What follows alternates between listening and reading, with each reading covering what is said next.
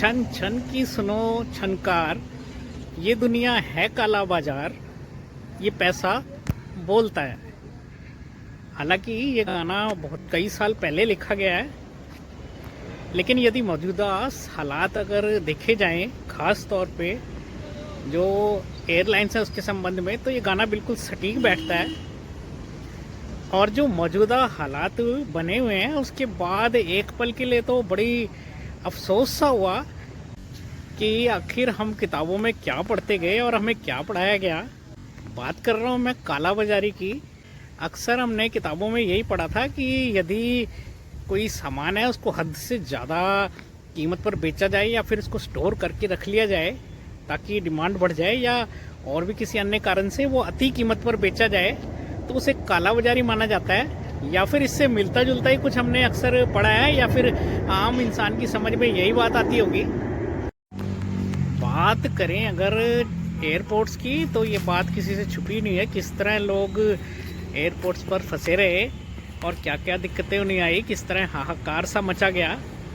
लेकिन इस संदर्भ में काला बाजारी की बात इसलिए मैं कर रहा हूँ क्योंकि ऐसी खबर भी सुनने में आई कि 7,000 की टिकट 70,000 तक में बिक गई, या फिर इससे मिलती जुलती और खबरें आई जिससे कि यही लगता है कि कई कई गुना पे ये कीमतों पर ये जो है टिकट्स बिकी हैं।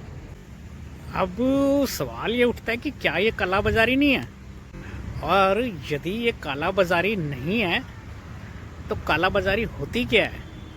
अब यूं तो बहुत बड़ी बड़ी बातें की जाती हैं कि काला बाजारी किसी को नहीं करने दी जाएगी, और कम से कम ये तो पता लगे कि ये काला बाजारी है या नहीं, और अगर ये है तो आखिर इनसे सवाल पूछेगा कौन। और यदि ये काला बाजारी नहीं है तो आखिर काला बाजारी कहते किसे हैं ये तो पता लगे। कम से कम मैं तो बड़ा परेशान हूँ इस मामले में। कम से कम देख के हैरानी हो गई कि 7,000 की टिकट 70,000 में कैसे बिक सकती है, और वो भी शरेआम अखबारों में खबरें आ रही हैं। और पब्लिक को तो जैसे आदत सी हो गई है, जितना मर्जी चार्ज मिल जाए देने को हर कोई तैयार बैठा है। लेकिन क्या ये उचित है? खैर, अपना क्या है साहब, हम तो आम जनता हैं। टिकट 70,000 की मिले चाहे 7,000 की, यदि हम मजबूर होंगे तो कहीं ना कहीं अपनी जेबें तो ढीली करेंगे ही। लेकिन साथ साथ उम्मीद करते हैं कि यूं एकदम से किसी की मजबूरी का फ़ायदा ना उठाया जाए, और यदि कुछ ऐसा होता है तो कम से कम कोई सुनवाई तो होनी चाहिए। और ये यदि ऐसा ही लूट खसोट मचती रही तो इसका अंत नहीं है। यदि कोई खाने पीने की चीज़ वाला का वो कहेगा मेरी अपनी मर्जी, भाई मैं जितनी मर्जी की दूँ। कोई रात के टाइम आपको इमरजेंसी पड़ गई, बस स्टैंड पे आप फंसे हुए हो, कोई ऑटो ड्राइवर या कोई और कहेगा कि भैया मेरी मर्ज़ी, मैं तो इतना ही लूँगा, बाकी दिन जाता हूँ 100 रुपये में, 800 में, 700 में जाऊँगा, तो ये तो एक चेन रिएक्शन बन जाएगा।